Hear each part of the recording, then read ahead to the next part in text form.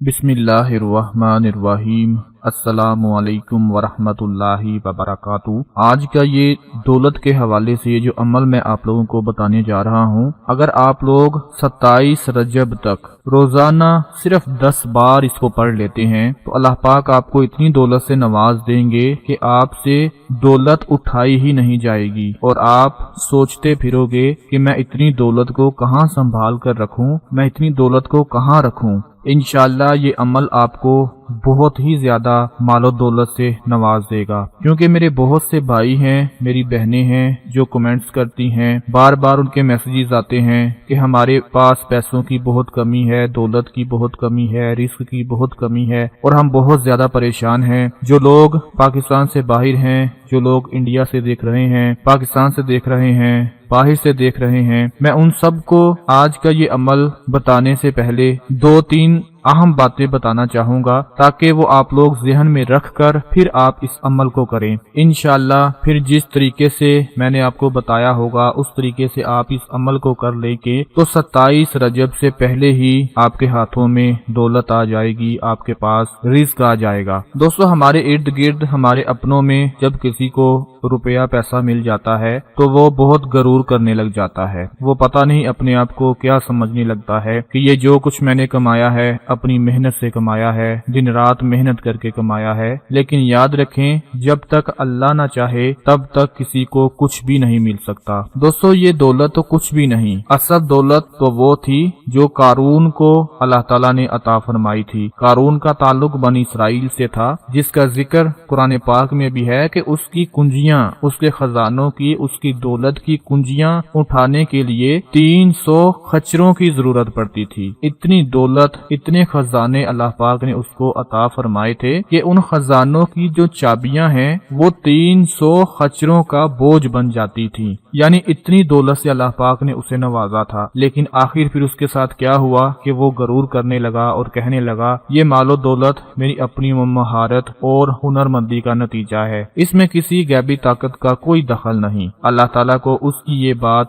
पसंद ना आई, क्योंकि वही मालिक, वही परवरदिगार सबको रिस्क और दौलत अता फरमाने वाला है। किसी को ज्यादा अता फरमा देता है, किसी को कम अता फरमा देता है। जिसको ज्यादा अता फरमाता है उसे भी वो आजमाना चाहता है और जिसको कम अता फरमाता है उसे भी वो आजमाना चाहता है। फिर क्या हुआ कि कारून ने गरूर किया तो अल्लाह ताला ने उसको सारी की सारी दौलत समेत जमीन में जिंदा दरगोर कर दिया। मेरे दोस्तों, हमेशा याद रखें कि दौलत सिर्फ अल्लाह ही देता है, इसमें हमारा कुछ भी कमाल नहीं होता। जब तक वो न चाहे तब तक हमें कुछ भी अता नहीं हो सकता। आसमानों और जमीन की कुंजियां उसी की मलकियत में हैं। रिस्क, दौलत, शोहरत, इज्जत, सब कुछ वो अल्लाह ही अता फरमाता है। तो हमेशा याद रखें कि जब भी अल्लाह पाक आपको दौलत से नवाजे तो कभी आपने गरूर नहीं करना, तकब्बुर नहीं करना, क्योंकि ये अल्लाह पाक को बिल्कुल भी पसंद नहीं। तो मैं अपनी तमाम बहनों और भाइयों को जो अमल बताने जा रहा हूँ वो आप लोग 27 रजब से पहले पहले इसको जरूर पढ़ लें, रोजाना इसको पढ़ा करें। और पढ़ना क्या है वो नोट फरमा लें। रोजाना आप लोगों ने किसी भी वक्त 10 मरतबा ये जिक्र पढ़ना है, बिस्मिल्लाहिर्रहमानिर्रहीम, अस्तगफिरुल्लाह